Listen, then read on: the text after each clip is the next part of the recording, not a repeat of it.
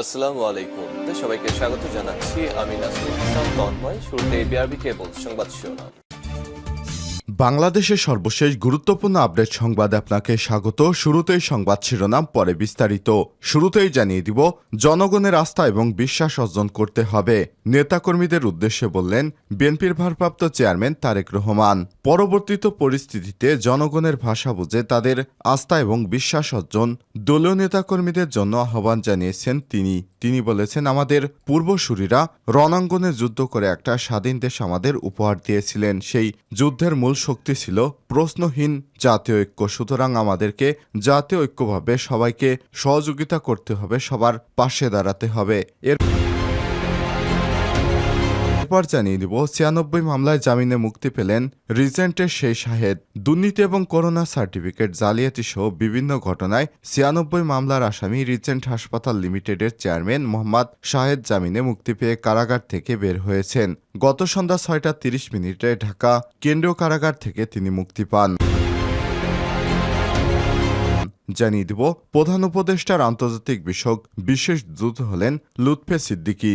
অন্তর্বর্তীকালীন সরকারের প্রধান উপদেষ্টা অধ্যাপক ডক্টর ইউনূসের আন্তর্জাতিক বিষয়ক বিশেষ দূত হিসেবে লুৎফে সিদ্দিকীকে নিয়োগ দেওয়া হয়েছে। এবারে জানাবো, আমরা যারা সম্মুখে ছিলাম সবার জীবন নাশের হুমকি ছিল, বলছিলেন সমন্বয়ক আবু বাকের মজুমদার।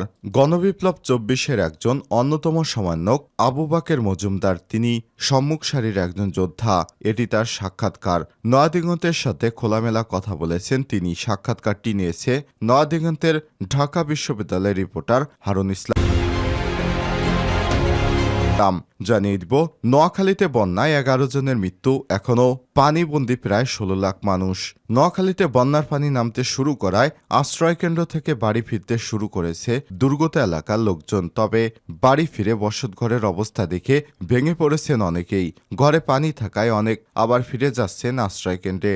অনেকেই আবার পানির মধ্যেই কোনো মতে নিজে থাকার অবস্থান করতে নেমে পড়েছেন মাঠে।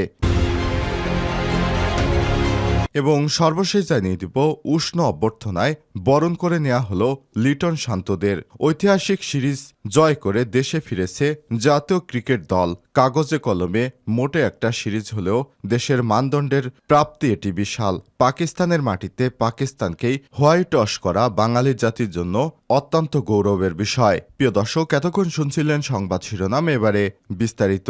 তবে তার আগে বন্ধুরা, অনুরোধ থাকবে সংবাদটিতে একটি লাইক দিন। এই চ্যানেলে আপনি নতুন হয়ে থাকলে আমাদের সংবাদটি দেখতে দেখতে চ্যানেলটি সাবস্ক্রাইব করে রাখুন, বেল বাটনে প্রেস করে দিন। আর বন্ধুরা, কমেন্ট করে আপনার মূল্যবান মতামত জানিয়ে দিন বন্ধুরা, আপনি বিশ্বের কোন দেশ থেকে বা বাংলাদেশের কোন স্থান থেকে আমাদের সংবাদটি দেখছেন এবং শুনছেন।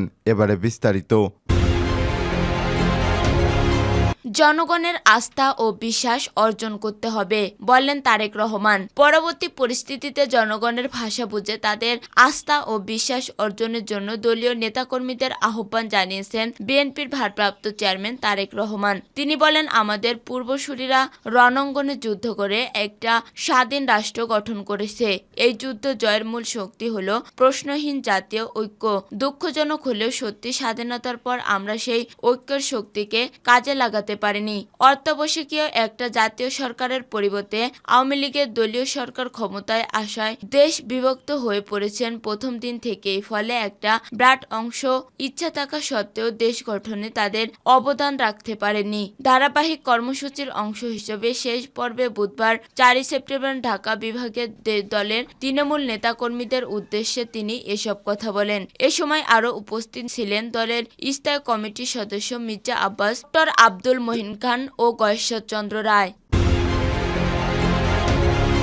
96 মামলায় জামিনে মুক্ত রিজেন্টের সেই শাহেদ। দুর্নীতি ও করোনা সার্টিফিকেট জালিয়াতসহ বিভিন্ন ঘটনায় 96 মামলার আসামি রিজেন্ট হাসপাতাল লিমিটেডের চেয়ারম্যান মোহাম্মদ শাহেদ জামিন পেয়ে কারাগার থেকে বের হয়ে গেছেন। বুধবার 4 সেপ্টেম্বর সন্ধ্যা 6টা 30 ঢাকা কেন্দ্রীয় কারাগার থেকে বের হন তিনি। জামিন আদেশ যাচাই বাছাই শেষে সকল গোয়েন্দা সংস্থার অনাপত্তি পাওয়ার পরে শাহেদকে জামিনে মুক্তি দেওয়া হল হলো বলে জানিয়েছে জামিন আদেশে।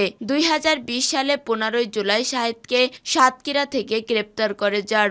এরপর থেকে তার নামে প্রতারণা, অনিয়মের নানা অভিযোগ সামনে আসতে থাকে। পরে ঢাকাসহ বিভিন্ন স্থানে শাহেদ ও তার সহযোগীদের বিরুদ্ধে একের পর এক মামলা হয়। কারাগারে থাকাকালে 2020 সালের 5 নভেম্বর সম্পদের হিসাব চেয়ে শাহেদকে নোটিশ পাঠায় দুদক। নোটিশে 21 কার্যদিবসের মধ্যে তাকে সম্পদের বিবরণী জমা দিতে বলা হয়। বেঁধে দেওয়া সময়ের মধ্যে তিনি সম্পদ বিবরণী জমা না দেওয়ার অতিরিক্ত আরও 15 কার্যদিবস সময় দেয়া হয়। শাহেদ পরে তা জমা দেয়নি। এরপর সম্পদের হিসাব না দেয়া সেই অবৈধভাবে 1,69,00,000 টাকার সম্পদ অর্জনের অভিযোগে 2021 সালের 1 মার্চ দুদকের উপপরিচালক ফরিদ আহমেদ পটোয়ারি বাদী হয়ে দুদকের ঢাকা জেলা সমন্বিত কার্যালয় 1-এ এই মামলা করেন। গত বছরের 2 ফেব্রুয়ারি দুদক আদালতে চার্জশিট জমা দেয়। এরপর গত বছরের 17 জুলাই শাহেদের বিরুদ্ধে চার্জ গঠন করে বিচার শুরু করে আদালত। মামলার বিচার চলাকালে আদালতে 10 জনের সাক্ষ্য গ্রহণ করা হয়। শাহেদের বিরুদ্ধে বিভিন্ন অভিযোগ বেশ কয়েকটি মামলা হয়। এর মধ্যে অস্ত্র আইনের একটি মামলায় 2020 সালের 28 সেপ্টেম্বর তাকে যাবজ্জীবন কারাদণ্ডের রায় দেয় আদালত। প্রধান উপদেষ্টার আন্তর্জাতিক বিষয়ক বিশেষ দূত হলেন লুৎফে সিদ্দিকী। অন্তর্বর্তীকালীন সরকারের প্রধান উপদেষ্টা অধ্যাপক ইউনূসের আন্তর্জাতিক বিষয়ক বিশেষ দূত হিসেবে লুৎফে সিদ্দিকীকে নিয়োগ দেওয়া হয়েছে। বুধবার 4 সেপ্টেম্বর মন্ত্রিপরিষদ বিভাগ থেকে এ সংক্রান্ত প্রজ্ঞাপন জারি করা হয়েছে। তিনি উপদেষ্টার মর্যাদার সমতুল্য সুযোগ সুবিধা ভোগ করবেন। Lutfe Siddiqi National University of সিঙ্গাপুরের অ্যাডজান্স প্রফেসর এবং লন্ডন স্কুল অব ইকোনমিক্সের ভিজিটিং প্রফেসর ইন প্র্যাকটিস। এর আগে তিনি ইউবিএস ইনভেস্টমেন্ট ব্যাংকের এফএক্স রেড অ্যান্ড ক্রেডিটের উদীয়মান বাজারের গ্লোবাল হেড ব্যাংকের ব্যবস্থাপনা পরিচালক ছিলেন। 2012 সালে ওয়ার্ল্ড ইকোনমিক ফোরাম তাকে ইয়াং গ্লোবাল লিডার হিসেবে স্বীকৃতি দেয়। তিনি পুঁজিবাদী বাজার, অবকাঠামো, বিনিয়োগ, অন্তর্ভুক্তিমূলক প্রবৃদ্ধি এবং বৈদেশিক ঝুঁকি বিষয়ক কাউন্সিল এবং স্টিয়ারিং গ্রুপের দায়িত্ব পালন করেন। তিনি বেশ কয়েক বছর ধরে দাবেশে অফিসিয়াল প্রোগ্রাম সহ WF এর 1 ডজনেরও বেশি অনুষ্ঠানে বক্তব্য দিয়েছেন। তিনি ব্রিটেন উডস কমিটি, CNA, ইউনিভার্সিটির ফিউচার অ্যান্ড ফিনান্স এবং OMIF কেন্দ্রীয় ব্যাংকগুলোর ফোরামে ভূমিকা ছিলেন। আন্তর্জাতিক মিডিয়ার লুৎফের ব্যাপক পরিস্থিতি রয়েছে। 2009 সাল থেকে বাংলাদেশ সরকার তাকে CIP হিসেবে মনোনীত করেছে। আমরা যারা সম্মুখে ছিলাম সবার জীবন নাশের হুমকি ছিল। আবু বাকের মজুমদার। গণবিপ্লব 24 এর একজন সমন্বয়ক আবু বাকের মজুমদার। তিনি সম্মুখে সারির একজন যোদ্ধা। এটি তার সাক্ষাৎকার। নয়াদিগন্তের সাথে খোলামেলা কথা বলছিলেন তিনি। সাক্ষাৎকারটি নিয়েছেন নয়াদিগন্তের ঢাকা বিশ্ববিদ্যালয়ের রিপোর্টার হারুন ইসলাম। কোটা সংস্কার আন্দোলন শুরু হলো কিভাবে? 2018 সালে আন্দোলনের পরিপ্রেক্ষিতে চাকরি কোটা সংস্কার পূর্বক একটি পরিপত্র জারি করা হয়। উচ্চ আদালত কর্তৃক 5 জুন ওই পরিপত্র অবৈধ ঘোষণা করে রায় দেওয়ার পরিপ্রেক্ষিতে সরকারি চাকরিতে কোটা সংস্কার পূর্বক একটি পরিপত্র জারি করা হয়। উচ্চ আদালত কর্তৃক 5 জুন ওই পরিপত্র অবৈধ ঘোষণা করে রায় দেওয়ার পরিপ্রেক্ষিতে ঢাকা বিশ্ববিদ্যালয়ের কেন্দ্রীয় গ্রন্থাগার শুরু হয় কোটা সংস্কার আন্দোলন।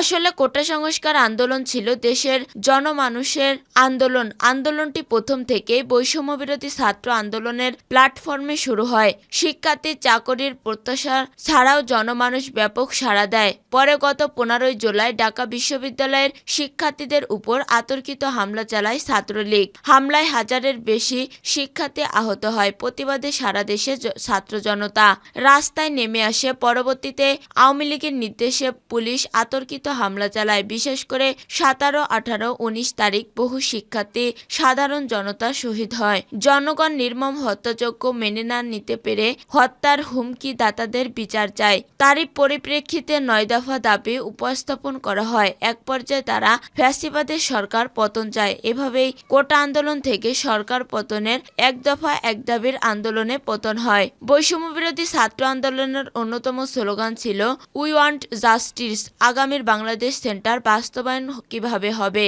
আমরা এমন একটা বাংলাদেশ চাই যেখানে ছাত্র জনতা মতামতের প্রতিধ্বনি ঘটবে। জনগণের জন্য সরকার, জনগণ যা চাই সেটা বাস্তবায়ন করতে সরকারের প্রতিষ্ঠানগুলোর স্বচ্ছতা নিশ্চিত করতে হবে। তাহলে ন্যায় বিচার সহ রাষ্ট্রীয় সব সুযোগ সুবিধা পাবে। বৈষম্য বিরোধী ছাত্র আন্দোলনে আমরা যারা সম্মুখে ছিলাম সবারই জীবন নাশের হুমকি ছিল। তবে আমাদের নৈতিক মনোবলের জায়গাটি শক্ত ছিল, যার কাছে ডিবি হেফাজত আইনঘর তুচ্ছ। আপনারা জানেন আমাদেরকে 2 বার গুম করা হয়েছে। আমাকে ও নাহিদ ভাইকে পেটানো হয়েছে। আসিফ মাহমুদ ভাইকে ইনজেকশন পুশ করা হয়েছে। তাতে আমাদের নৈতিক কোনো অবক্ষয় ঘটেনি। আমরা প্রতিজ্ঞাবদ্ধ ছিলাম যে দাবি আদায় না হওয়া পর্যন্ত আমাদের আন্দোলন থামবে না।